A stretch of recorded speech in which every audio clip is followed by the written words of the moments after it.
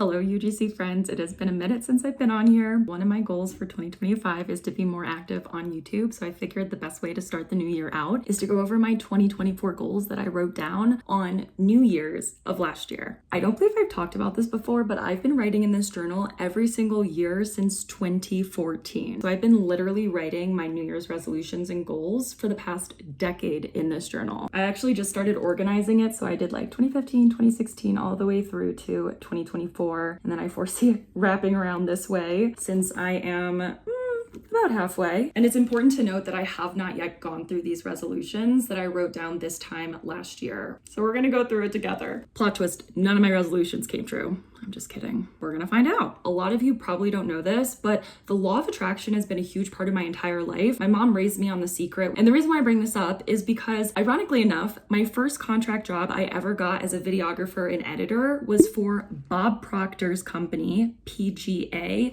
Proctor, Gallagher, something.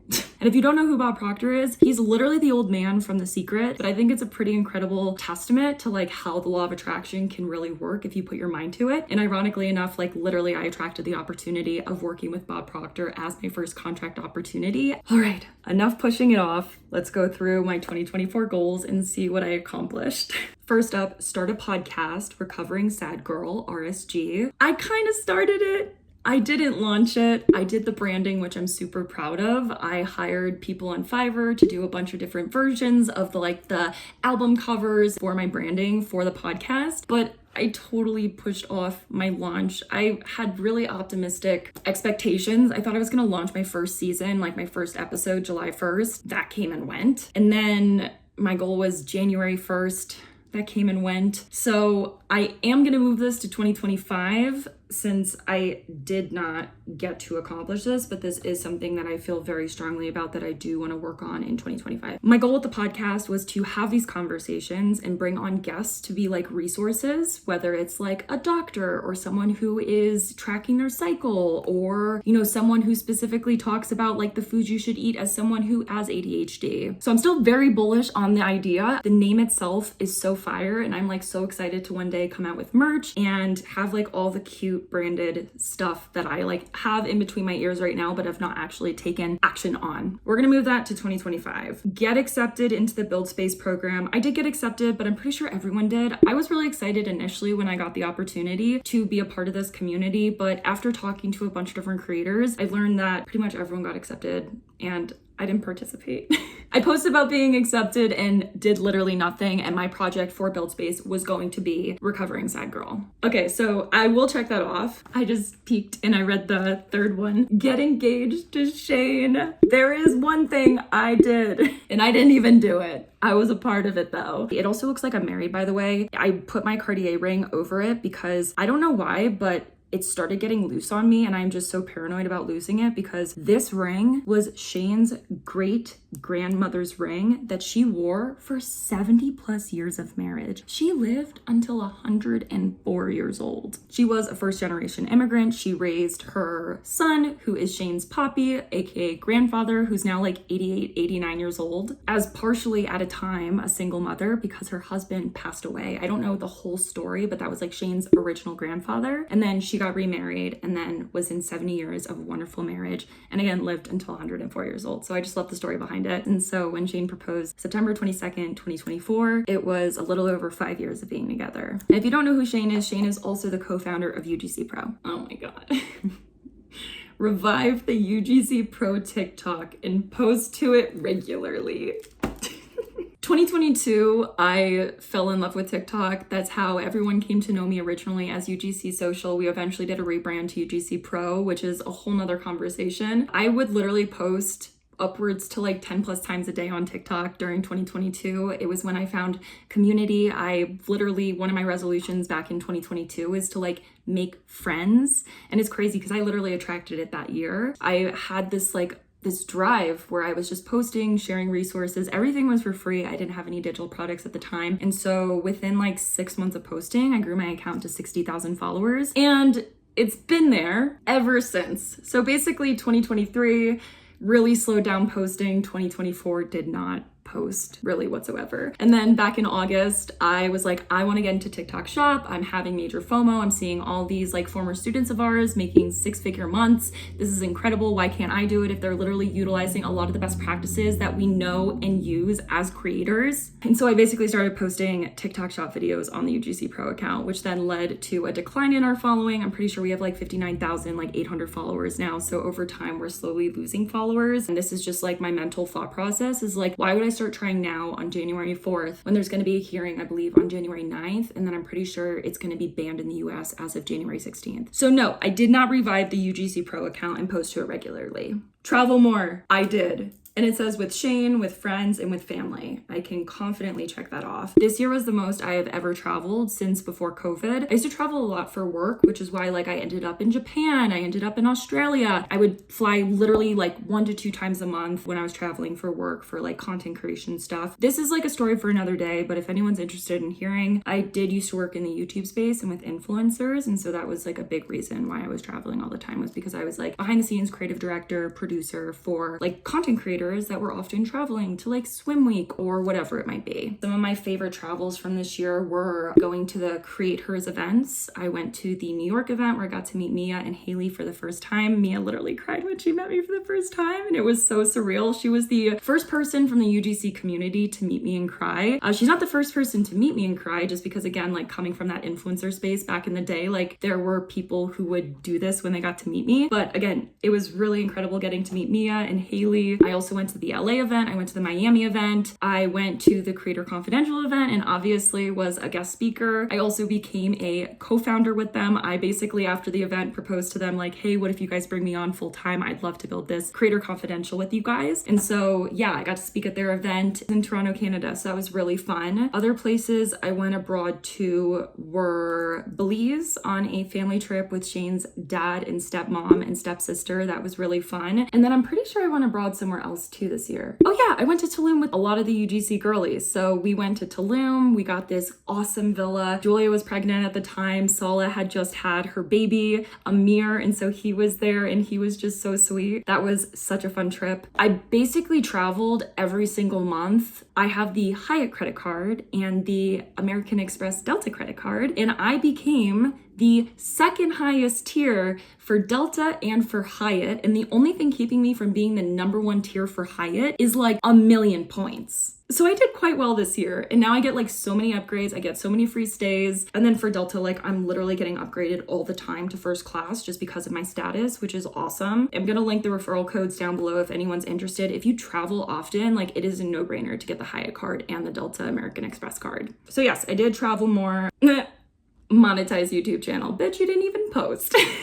That's definitely going to be a goal for 2025 because Reels is so saturated. There's no barrier to entry because it's like you only need to post a 6-second video with a trending sound and with, you know, the keywords or whatever, read the caption. I think I will be able to shine most on YouTube because I can talk the talk. I'm not just posting an aesthetic video that I shot. I don't have the wherewithal to do that. I'm not paying attention to trending sounds. I'm not sharing cookie cutter information. I'm sharing over 10 years of experience as a creative strategist, UGC creator, creative director, head of performance creative, director of creative strategy, who has worked with hundreds of brands, has generated over $500 million in revenue over her career. I see YouTube being my place for 2025, and that's going to be my main platform goal for this year. So no, I did not monetize YouTube yet. Launch UGC University and our creative strategy video courses. We did that.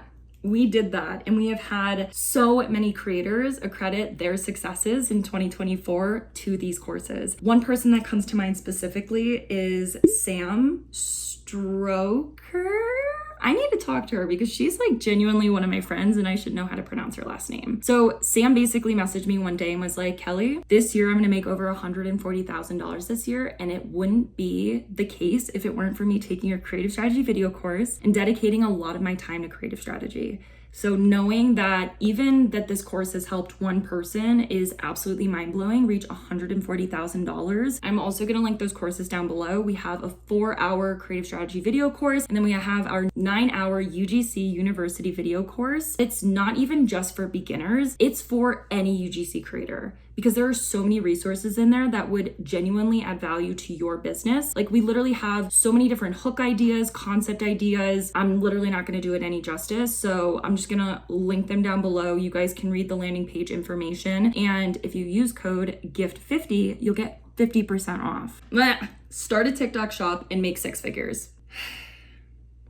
That's a no for 2024. For 2025, that is the goal. I mean, there are creators out there, like so many creators that are making 6 figures a month. So yeah, I do have FOMO. I do feel like I would be better suited dedicating this year to YouTube for creator resources, and then TikTok shop if TikTok isn't banned, for like my own personal like generating of revenue. So TBD on that. If you guys didn't know this, we actually started doing TikTok shop back in, I want to say it was April, but we were drop shipping. Instead of being the affiliate, we wanted to actually be the storefront. And the reason why we started doing drop shipping is not to like stick with drop shipping, but it was like a proof of concept. Like, how well do these products work before we buy them for ourselves in mass and start doing the shipping on our own? To make a long story short, they refunded $16,000 worth of orders, the money that we made and the money that we spent as drop shippers. So we were out $16,000. It was a mess. It was an absolute shit show. After basically warning them before it even happened, 30 days out, they didn't do anything about it. Their customer service sucks. If you guys want like a longer winded story, I posted a TikTok on it on our UGC shop account, which is another account that we have that's connected to TikTok shop that I guess I could technically be posting on. Also, this sweater is from TikTok shop and I fucking love it. Make 6 figures from UGC Pro. Didn't make 6 figures from digital products. That said, this year I'll have to count everything up, but I know for a fact I did over $200,000 combined with like freelance services and digital products, including investments. I know for a fact I made closer to like $350,000 because I'm kind of a crypto girly. So I'll give like an update maybe on my Instagram reels for anyone that cares. But I did not make 6 figures from UGC Pro. I want to say we made maybe a little over $50,000 in digital products. And it ultimately comes down to, we have an awesome roster of products. It's just that I wasn't doing the marketing. And so this year, my goal is to really focus on adding value, promoting these products, obviously for resources to take you to the next level, but also like we have an email list that we haven't been sending emails out to. Like, these are things that I want to be more proactive on in 2025 to be able to reach these goals. The only thing setting me apart from any successful guide, digital product seller, etc., is they're marketing their product, they're posting, they're promoting, they're sending emails, they're doing promos. Me, occasionally doing promos and doing like a nice $10,000 month and then not posting and then being like, oh wow, we only made $1,500 this month. No shit. You got to do the work to make the money. So yeah, we didn't make 6 figures from UGC Pro. I feel confident about 2025 because outside of offering digital products, we're going to now open up another part of the business called UGC Studio, which is going to be like more of an agency model where we're going to be working with direct-to-consumer brands, agencies that we know. We're very well connected in the space, and Shane and I have been in this industry for like literally 20 plus years combined. And one of the most reoccurring pain points from any point of contact that we have in the industry has been, hey, we've tried Billa, we've tried Backstage, we've tried all these platforms, they suck. Can you please help us source creators that are credible, that fit this demographic, etc.? And so we built out an app. We invested 15 grand into it. We haven't done jack shit with it yet, but that is going to be one of our goals in 2025. And so I have a lot of stuff I have to get kind of like my ducks in a row this month. And then my goal is to be able to hire my sister as like an account manager as soon as February, the latest March. All that goes to say, I see us hitting the 6-figure marker for UGC Pro so much easier in 2025 by having 2 sources of income, which is again having the digital products and promoting them, and then doing the agency side for working more B2B, business to business, and sourcing creators for brands and agencies that, you know, need credible and capable creators. Start doing professional voiceovers. This is probably the biggest fumble I have had in the past few years, which it just feels like the biggest fumble because I had an opportunity to meet with a president of a very well-respected talent agency back in 2022, and I completely talked myself out of it. I did a coaching call with this adorable family. It's this creator couple, they're models. They wanted to get into UGC. I did this coaching call with them. They have this gorgeous baby boy. And by the end of the call, they were like, just so you know, Kelly, you have the voice of a voiceover actor and you should totally pursue it. We're already represented by this agency in San Francisco. Here we'll do an intro email and we will send you, all the contacts you need so you can send your portfolio over to them and see where it takes you. You could make X amount of dollars based off of a few different ads, and like all of a sudden you have residual income and an extra source of income. What did I do? I made excuses. Well, I don't have a voiceover portfolio. I need to make one. Bitch, you have a UGC portfolio. If I had taken action in the moment, I could have just been like, you know what? Perfection is the enemy of good enough. I should have just sent it. And now it's been 2+ years, and not to say my opportunity has passed, but it just feels a bit too late. Visit Portland this summer. We did not go to Portland, and that's honestly a bummer because we moved to Bend back in June of 2022, and we're only like 3.5 hours away, and for some reason we just haven't really made time to go there. What sucks is in the winter time and basically early spring, we're not able to go because there's like a pass, which can be dangerous because it's super icy. Shane is a California boy, born and raised. I'm literally a Florida girl and then spent 10 years out on the West Coast. I do not trust our skill sets of driving through that terrain, even with all-wheel drive and snow tires. All it goes to say, I'm excited to go to Portland in 2025. Go to South America for my 30th birthday. I made the difficult decision to not go to South America for my 30th birthday, and I'm honestly really glad that I did for multiple reasons. It was just like one of those things where I felt like I was too stuck on the principle of the matter as opposed to truly wanting to go. That said, I've done some really good research since then. At first, I thought I wanted to go to Colombia. I've changed my mind when we do go to South America on, my terms, not for principle. I would like to go to Chile just because it's very much like wine country. There's the Patagonias, beautiful nature, absolutely stunning. And so I'd really love to go there. And so that's just a matter of like me figuring out how to make that work with our busy schedules. My busy travel schedule for 2025 is already looking absolutely insane. Like I'm pretty sure I'm already going to be traveling every single month except for like 4 of them. So I just need to figure out what makes the most sense. Okay, so this is one that I feel like kind of slipped my mind, but I want to get my mom's teeth worked on. So she has a few teeth that have been hurting her, and it's to the point, and I relate to this because when I didn't have money, I experienced this as well, where you aren't able to chew certain foods and you have to like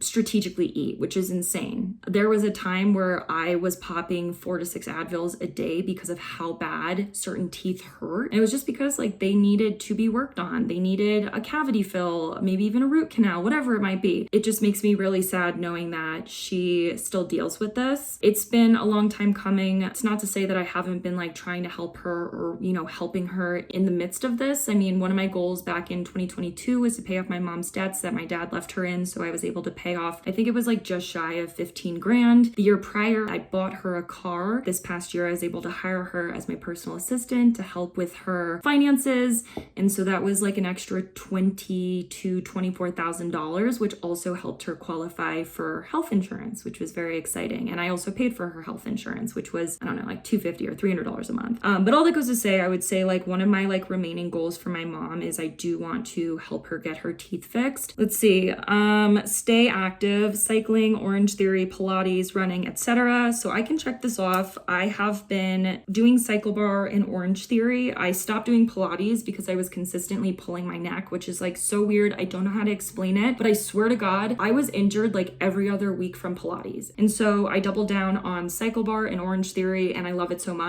I'm the person that like if I'm not working out, I'm like more anxious, in a more depressive state. I just like don't feel good. The reason why I love taking the classes is because when I schedule a class, I set my alarm at 7:30, and I know for a fact I'm gonna get up out of bed because I'm not gonna pay a $20 cancellation fee. That just is not it. Start investing more and diversify.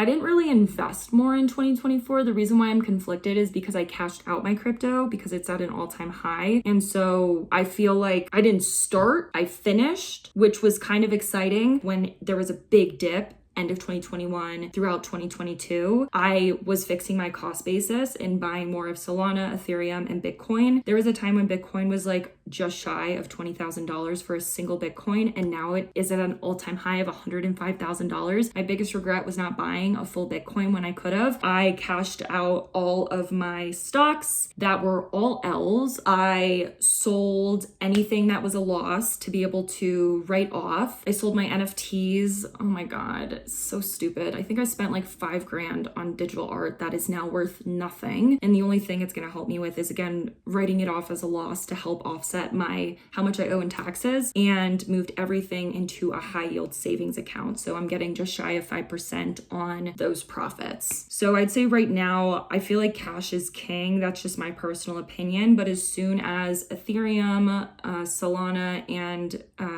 Bitcoin drop, I'm definitely going to be doubling down on those three. And then I would say I want to get into more like traditional investing. Like I haven't started a 401k, Roth IRA, like all the things that like we've been told as kids to do, I haven't started. And it's like really disappointing to say that out loud at 30 years old, but I'm just being honest. I'm having a real moment with myself. So we're going to start investing more and diversifying in 2025. Okay, multiple sources of income. I will check that as yes, because we have our digital products. We're working on building our agency. I mean, I have my freelance business, so that's good. And then obviously I'd love to do TikTok shop in 2025, but at least for this year, I did, have multiple sources of income. Pull back on drinking. I did not do this in 2024. If anything, I started drinking more, which is unfortunate, but I'm doing dry January and I really love how I feel only 4 days in. So I would love to do a mostly dry 2025. I say mostly dry because like I really love Pinot Noirs. Bend is like an adult playground. There are so many breweries, so many wineries, so many cideries, so like craft cocktails, everything you can think of. But I did not do that in 2024, but I want to do that in 2025 because I understand that there are literally